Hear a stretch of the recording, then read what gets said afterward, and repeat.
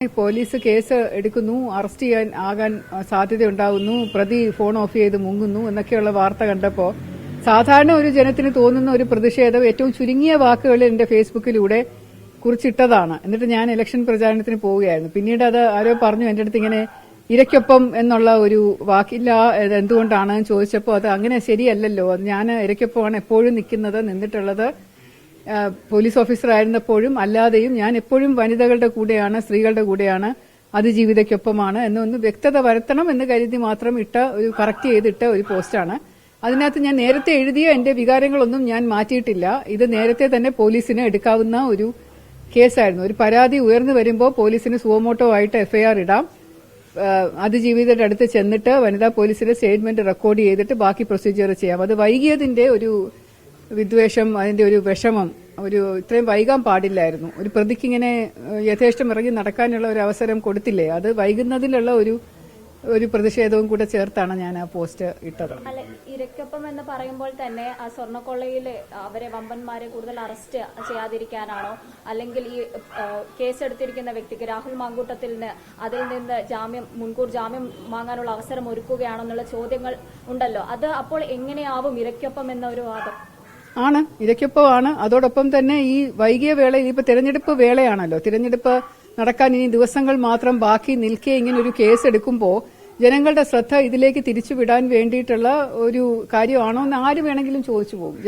പൊതുജനം ആരാണെങ്കിലും ഉണ്ടാവുന്ന ഒരു സംശയമാണ്.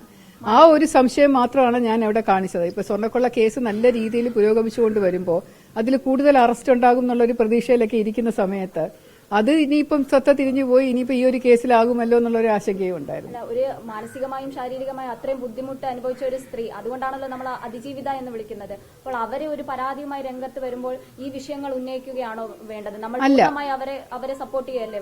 പൂർണ്ണമായി സപ്പോർട്ട് ചെയ്യുന്നു. പക്ഷെ വൈകിയതിന്റെ ഒരു വിഷമം എനിക്ക് രേഖപ്പെടുത്താതിരിക്കാൻ വയ്യ. കാരണം 3 മാസം അത് വീണ്ടും വിഷമിച്ചുകൊണ്ടിരിക്കുകയാണ്. ഇത് നേരത്തെ നടന്നിരുന്നെങ്കിൽ അതിന്റെ വിഷമം ഇപ്പോഴേ കുറഞ്ഞേനെ, പ്രതി അറസ്റ്റിലായേനെ.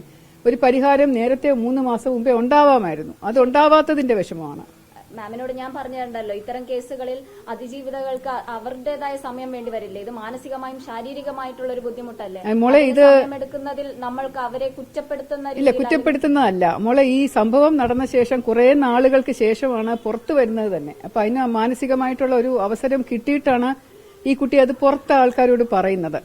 ഒരു പെട്ടെന്നുള്ളൊരു ഷോക്കില് പറയുന്ന കാര്യമല്ല. സംഭവം നടന്ന് കുറച്ചു നാൾ കഴിഞ്ഞു, പിന്നെ ഒരു ബുദ്ധിമുട്ടുണ്ടായപ്പോൾ അത് പുറത്തു പറഞ്ഞു. ആ പുറത്താവുന്ന നിമിഷം ഒരു കേസ് എടുത്തിരുന്നെങ്കിൽ കുറച്ചും കൂടെ നീതിയുക്തമായിട്ട് കാര്യങ്ങൾ നീങ്ങിയേനെ.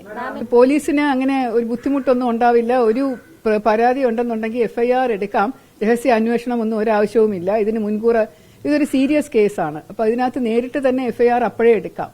അതിന് രഹസ്യ അന്വേഷണത്തിന്റെയോ പരാതിക്കാരിയുടെ പുറകെ കേസുണ്ടോ എന്ന് ചോദിച്ചു നടക്കേണ്ട ഒന്നും ആവശ്യമില്ല. ഒരു കേസ് പുറത്തു വന്നു, അത് പോലീസ് എഫ്ഐആർ ഇടുക, അതിന്റെ അനുസരിച്ച് സീരിയസ് ഗൌരവത്തോടു കൂടി അറസ്റ്റ് രേഖപ്പെടുത്തി മുന്നോട്ട് പോയി. ഇതിനോടകം തന്നെ ഇപ്പൊ കേസ് ചാർജ് ഷീറ്റ് ചെയ്യായിരുന്നു അന്നത്തേക്ക്.